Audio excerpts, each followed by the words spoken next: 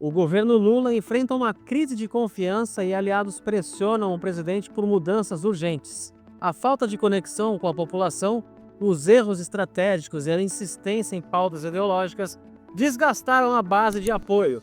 Enquanto isso, a oposição cresce e já traça caminhos para 2026. O que está acontecendo nos bastidores do Planalto? Vamos analisar agora. Nos bastidores do governo, cresce a pressão por mudanças estratégicas e substituições em cargos-chave. A insatisfação vem apenas não da oposição, mas também de aliados que temem um desgaste irreversível da imagem de Lula e a perda de apoio popular. Uma das principais críticas entre os aliados é a centralização excessiva do governo no Partido dos Trabalhadores. Para eles, Lula precisa ampliar sua base e dar mais espaço a figuras de outros partidos.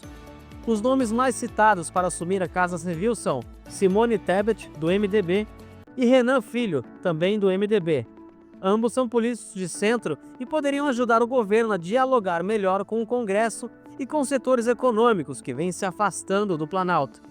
Outro ponto levantado por aliados pragmáticos de Lula é o excesso de foco em pautas identitárias e ideológicas, como questões de gênero, raça e meio ambiente, que têm gerado bastante embates desnecessários com setores de empresariado, do agronegócio e até do próprio Congresso.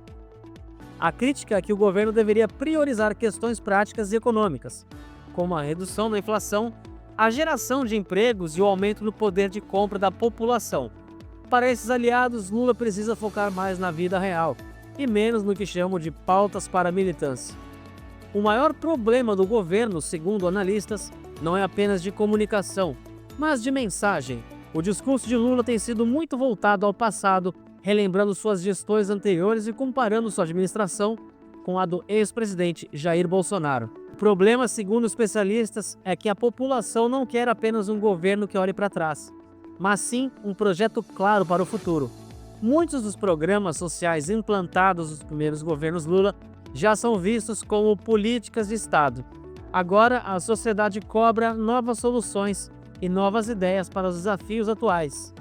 Outro fator que tem incomodado dentro do próprio governo Lula é a demora de Lula para agir em momentos de crise. Nos governos Lula 1 e 2, o presidente tomava decisões rapidamente, diante de qualquer problema.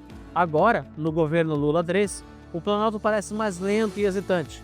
Para aliados, essa demora gera a impressão de que o governo está perdido e sem estratégia, o que apenas fortalece a oposição.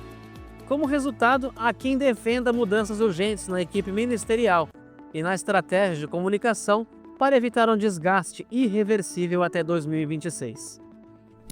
Os aliados mais pragmáticos do governo alertam que, se Lula não fizer mudanças significativas agora, poderá chegar em 2026 extremamente desgastado, o que abriria caminho para uma candidatura forte da direita ao Planalto. Entre os principais pontos de preocupação estão a crise econômica e as altas dos preços, a insatisfação crescente com a política de juros e inflação, a percepção de que o governo está desconectado da realidade da população, a perda de apoio entre setores estratégicos, como o agronegócio e a classe média, e para evitar esse cenário, os aliados defendem uma mudança de postura imediata, com mais pragmatismo e menos ideologia, trocas ministeriais e uma agenda econômica mais clara para os próximos anos.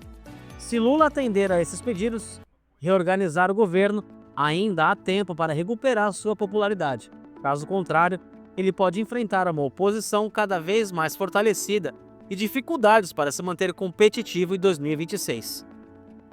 Enquanto o governo Lula 3 enfrenta crises internas e perde apoio popular, a oposição de direita vem se organizando para as eleições presidenciais de 2026. Diferente de 2018 e 2022, quando a direita teve uma grande liderança, Jair Bolsonaro, o cenário para o próximo pleito pode trazer novos nomes e estratégias mais bem estruturadas. A nova direita brasileira está cada vez mais focada no ambiente digital. Políticos como Nicolas Ferreira, do PL de Minas Gerais, Gustavo Gayer, também do PL de Goiás, Eduardo Bolsonaro, do PL de São Paulo, e Carla Zambelli, do PL de São Paulo, vêm utilizando as redes sociais como o X, o antigo Twitter, Instagram, YouTube e TikTok para aumentar sua base de apoio. Esses políticos perceberam que vídeos curtos, diretos e com temas econômicos como a alta dos preços e o custo de vida, engajam mais do que discursos puramente ideológicos. Nicolas Ferreira, por exemplo, se tornou um dos parlamentares mais influentes nas redes ao abordar temas práticos e do dia a dia da população. Segundo ele, todo mundo toma cafezinho, do rico ao pobre, todo mundo sente o impacto da economia. Essa abordagem tem sido eficiente para desgastar o governo Lula e mostrar que a direita não perdeu força, apenas mudou de estratégia. A principal incógnita para 2026 é quem representará a direita na disputa presidencial até o momento. Os nomes mais cotados são Jair Bolsonaro, do PL, apesar de inelegível, segue como principal líder da direita e pode tentar reverter sua situação jurídica até 2026. Caso não consiga, terá grande influência na escolha de um candidato.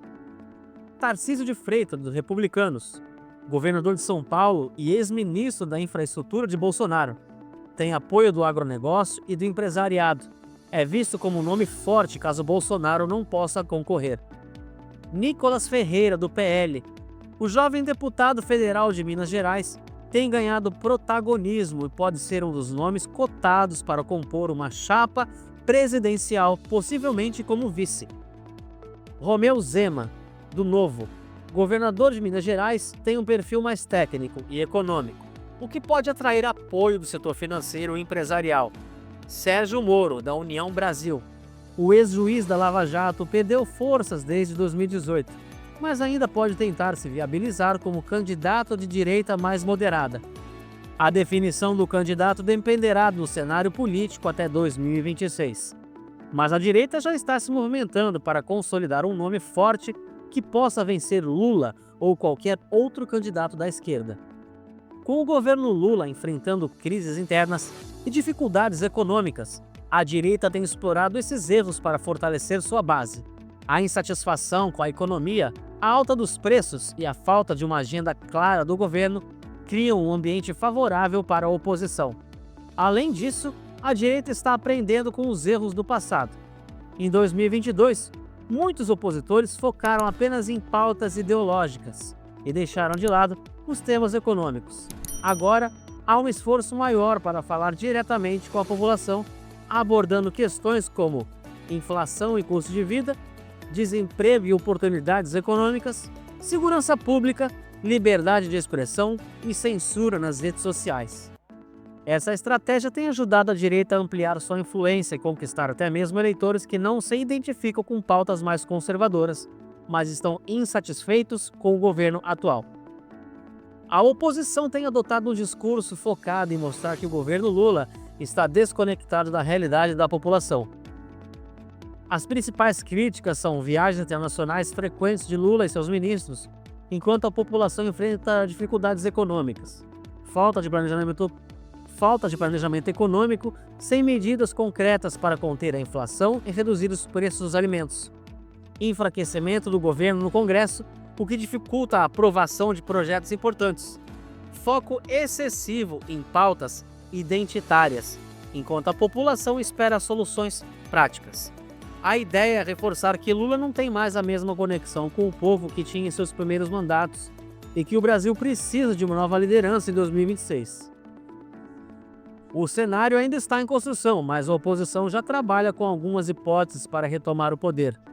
Manter Bolsonaro como líder do movimento, mesmo inelegível, para garantir unidade entre os apoiadores. Construir um candidato forte, como o Tarcísio ou Zema, para atrair votos além do bolsonarismo. Fortalecer a comunicação digital, aproveitando o desgaste do governo Lula. Criar uma frente ampla com diferentes setores da sociedade, incluindo empresários, agronegócio e militares. Com Lula enfrentando dificuldades e a oposição se estruturando, a direita tem grandes chances de chegar forte em 2026.